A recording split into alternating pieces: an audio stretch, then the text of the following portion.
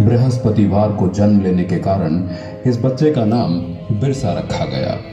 किसे पता था कि एक दिन यह बालक जंगलों में रहने वाले समाज को उनके गौरव की याद दिलाने वाला बिरसा मुंडा बनेगा। बिरसा, बिरसा, कहाँ है रे तू? माँ, मैं इधर हूँ। तू फिर से अकेला जंगल में गया था? कहीं कोई बाघ भालू उठा ले जाता तो? माँ, तू फिक्र मत कर। ये जंगल मेरा दोस्त है। इसके सभी जानवर मेरे भाई। बिरसा पढ़ाई में तेज था और ये देखकर उसका दाखिला मिशनरी स्कूल में करवा दिया गया। लेकिन वहां पढ़ने के लिए उसको जबरन धर्म परिवर्तन करना पड़ा। बिरसा, यीशु के सिवाय कोई भगवान नहीं है।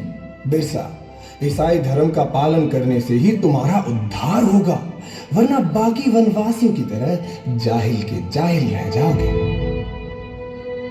जैसे जैसे बिरसा बड़ा होने लगा, वो अंग्रेजों के अत्याचारों से परिचित हुआ और समझ गया कि अंग्रेज उनसे उनके जंगल छीनना चाहते हैं और ईसाई पादरी जंगल में रहने वाले सभी हिंदुओं को ईसाई बनाना चाहते हैं।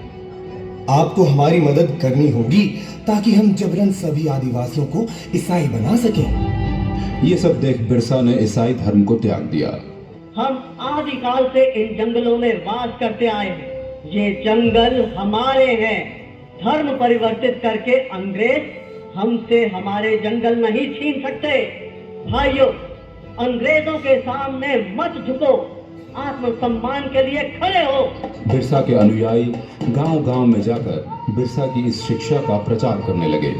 उसके कहने से वनवासियों ने अंग्रेजों को लगाम देना बंद कर दिया। ये सब देख अंग्रेजी हुकूमत तिलमिला गई और उन्होंने बगावत भड़काने के जुर्म के लिए बिरसा को 2.5 साल की कठोर कारावास की सजा सुनाई। लेकिन बिरसा का आंदोलन अब रुकने वाला नहीं था। न वनवासियों ने लगान दिया, न बेगारी की। बिरसा के छूटने पर सारे वनवासी उसके गांव में इकट्ठा हो गए। बिरसा की क्रांति की पुकार से सिंह भूमि, चाईबासा और रांची के जंगल गूंज उठे। अब वक्त आ गया है जब हम अपनी जमीनें अंग्रेजों से वापस लेंगे और एक नए सतयुग का आरंभ होगा। हम इस धरती के पुत्र हैं और यहाँ हमारा राज होगा। बिरसा गांव-गांव घूमकर अंग्रेजों के खिलाफ मोर्चा बढ़ाने लगा। बिरसा के अनुयायी तीर कमान से लड़कर भी अंग्रेजों की बंदूकों पर भारी पड़ने लगे। वे जंगल से आते और अंग्रेजों को मारकर गायब हो जाते। जिस तरह बिरसा हम पर और हमारे ठिकानों पे हमला कर रहा है, ऐसे तो ईसाई धर्म का यहाँ अंत ही हो जाएगा।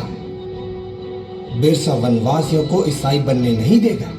हम बिरसा के सिर पर भारी इनाम रखेंगे, फिर देखते हैं वो भागकर कहाँ जाता है। हाँ, क्यों नहीं?